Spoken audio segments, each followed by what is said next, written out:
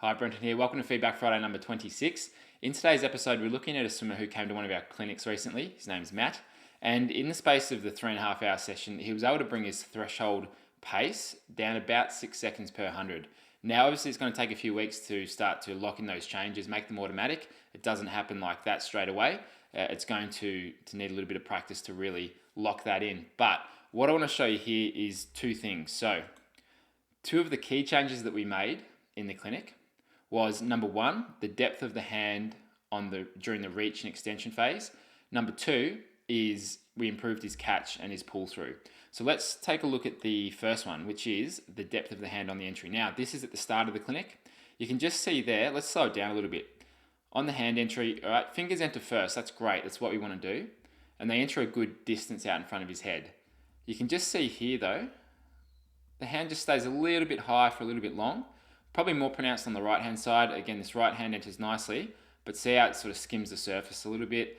And it's not until about here that he gets into a good starting catch position with the fingers below the wrist below the elbow. So both hands, it's just staying that little bit high. Now the other thing that you'll see here, when we look at the above water view, is he enters the water probably a little bit too gently, a little bit too softly. And we'll bring that back again just to show you. There's just not enough assertiveness to it for someone who's training to swim open water. So Matt's a triathlete. He's going to have a wetsuit on for most of his swims. And when it comes to racing open water, you've got to have quite an assertive entry. I know there are some coaches and some methods that teach you to enter very gently and comfortably, but if you're looking really to go fast, if that can be good for longer distance swims, but if you're looking to go fast, quite often you've really got to get the hand in with some speed. The reason for that is your arm weighs a couple of kilos. So you're bringing that arm over the top of the water, that generates momentum. And if you slow the hand down and you just try and control it too much on that entry point, you're losing that momentum. You've got to keep it going. So that's why for most swimmers who are racing open water or they're racing triathlon, they might have a wetsuit on, it gets choppy. You're going to need to enter the hand with a bit of speed. So don't go too softly and gently with it. And that's why we don't teach just one method. We adapt it to whoever we're working with. Everyone's training for different events and different reasons. So, with Matt training for triathlon, that's why we worked on getting this hand a little bit deeper. So that was the before shot. Let's have a look at the after shot. So we still got a little bit of work to do here in terms of getting the hand in a bit faster with a bit more speed, but you can see how much better this depth is. So we'll just bring it back there, that right hand. Okay, enters in a great spot, fingers first, then he extends forwards.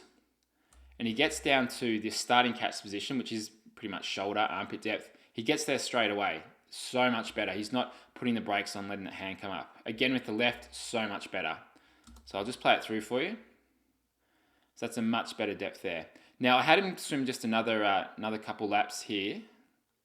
Just work on getting that hand in a little bit quicker here. So this is obviously not him cruising. This is him working reasonably hard here, but you can just see how much better that entry is. He maintains that speed of the hand over the top and in the water. So that's going to serve him very well when it comes to racing. It might be a little bit more tiring early on while he starts to build up the strength to be able to do that for a little while.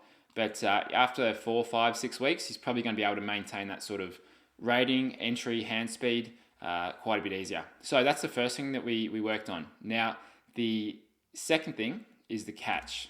All right, so you can see here, if we're looking at the left arm, in this catch position where he's just finished the catch, you can see he's kind of in that straighter arm position. So in terms of, has he got a high elbow?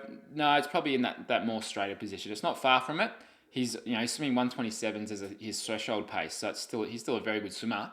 And this catch isn't bad by any means, but we can definitely work on it and improve it. The right arm, you can see here as he's pulling through, similar thing, it's in that straighter position. So in terms of looking at, has he got a high elbow? No, if we draw a straight line from the shoulder to the hand, that elbow is not in front of that straight line.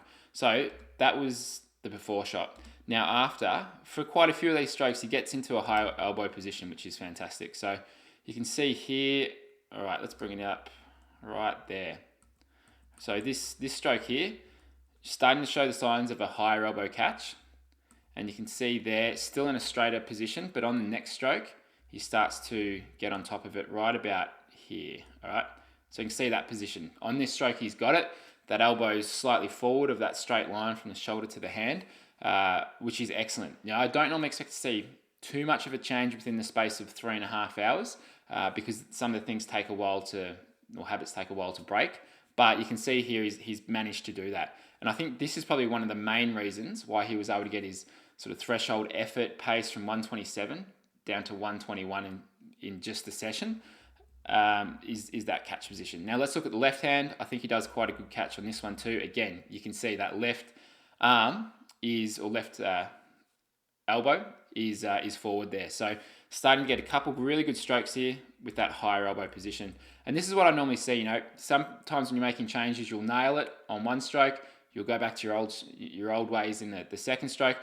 Just while you're making changes, you're not going to get it right every single time. So it does certainly takes time to make those changes. But you can see there, just in the space of 3.5 hours, able to make some really good changes. Now, because obviously, you know, the clinics that we run are in Australia, not everyone's located in Australia. I think, you know, most of you you're in the States and also in Europe, New Zealand. So you're in quite a few different places. So what I'm thinking about doing is actually doing like a virtual clinic. So recording what we teach at the clinics and then putting that out as a video. So if that's something that you think would benefit you, just let me know in the comments below. And that's something that I can get done the next couple of weeks. So I think, you know, the way that we teach the clinics, we don't go through a huge amount of drills. It's just really just a handful, but we do cover quite a few things. And, you know, if you're looking for, or if you want to attend a clinic but you can't because you're overseas, then just let me know and I'll look to record a virtual clinic for those of you that are interested in that. Now, just one last thing here too that I just want to show you is right here. Now, one of the things that I like to sort of look at, and a friend of mine, Annie Jones, talks quite a bit about, is when you're pulling through underneath the shoulder, if you can get your shoulder, elbow and hand to line up as you're in about this position here, then you're in the strongest position possible. We want 1, 2, 3 all lined up, mostly because of the angle of the forearm and the hand there, the direction that that's facing. Now, this is the before shot. You can see on that right side, pretty close, but that right hand's out in front. If we look at the left one here, I don't think we quite get it. No, same thing there. So that hand's just out in front a little bit. So in the after shot, when he was really getting those the high elbow position happening, you can see what happens here. Right there, that little bit closer to getting it all lined up, very close to having it lined up. And this left side, I think this one's, yeah, good. You can see that too, pretty much all lined up. So that's another thing that has probably contributed to going from 127 down to 121. So there are a couple of things there. Now, if you like this video, make sure you subscribe, like the video. We do videos like this every week. Plus, I'm going to be doing a few more videos during the week too. So I've had a few recommendations from you about what sort of videos you like, and I'm going to create a few more videos on breathing, maybe some strength training for swimming, and a host of other things. So thank you for watching. I hope you've enjoyed this video here, and just remember that it takes time to change habits.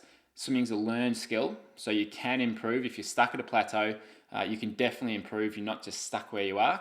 It does take time, practice, and hard work, and you do need to be in the pool at least 3 times a week. That's my rule of thumb. So make sure that you are putting in the hard work, and then look at what are some of the maybe the technical things or the mobility or the strength that might contribute to helping you improve your times and improve your swimming. So thanks for watching. Make sure you subscribe below.